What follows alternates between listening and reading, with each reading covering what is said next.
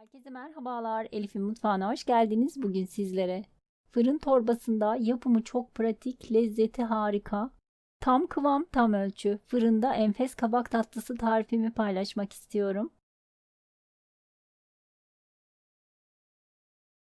Yeni tariflerimden haberdar olabilmek için kanalıma abone olup zil tuşuna basarak bildirimleri açmayı unutmayınız. Beğeni ve yorumlarınızı bekliyorum.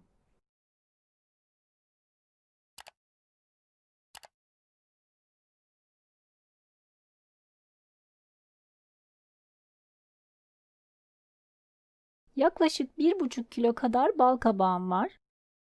Videoda gördüğünüz gibi içindeki yumuşak kısımlarını alalım ve kabuklarını soyalım. İnce dilimler halinde kestim. Mümkün olduğu kadar aynı boyutlarda olacak şekilde keselim. Daha sonra yıkayıp iyice suyunu süzdürdükten sonra fırın poşetinin içerisine alalım kabaklarımızı.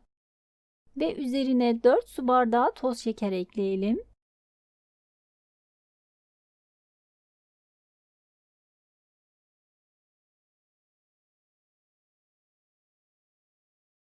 Daha sonra poşeti şöyle bir sallayalım. Şeker her tarafına eşit şekilde gelsin diye. Ve poşetimizin ağzını sıkıca kapatalım.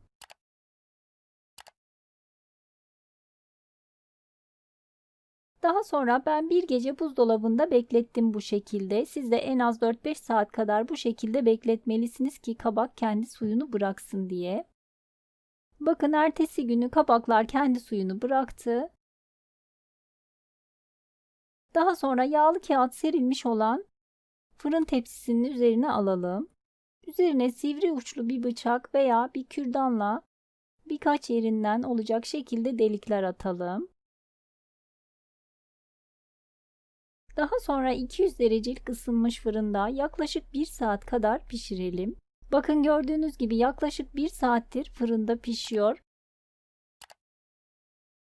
Bu şekilde iri iri baloncuklar olduğunda kıvamı oldu demektir. Fırından alalım ve soğumaya bırakalım. Daha sonra bir makas yardımıyla açalım poşeti.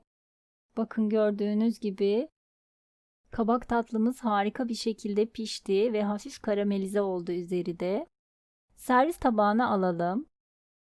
Her birinin üzerine yaklaşık 1 tatlı kaşığı kadar kaymak yerleştirelim. Ve iri çekilmiş ceviz serpiştirelim üzerine. Gördüğünüz gibi hem görsel olarak hem lezzet olarak harika bir tatlı oldu. Üzerine birer tatlı kaşığı kadar kendi şerbetinden gezdirelim.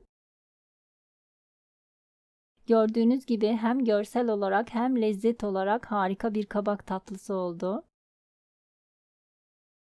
Ve videoda da gördüğünüz gibi lokum gibi enfes bir lezzet oldu. Sizlere de en az bir kez olsun denemenizi tavsiye ediyorum. Deneyecek olanlara şimdiden kolay gelsin. Kanalıma abone değilseniz yeni tariflerimden haberdar olabilmek için abone olup zil tuşuna basarak bildirimleri açmayı unutmayınız. Beğeni ve yorumlarınızı bekliyorum. Videomu izlediğiniz için teşekkürler.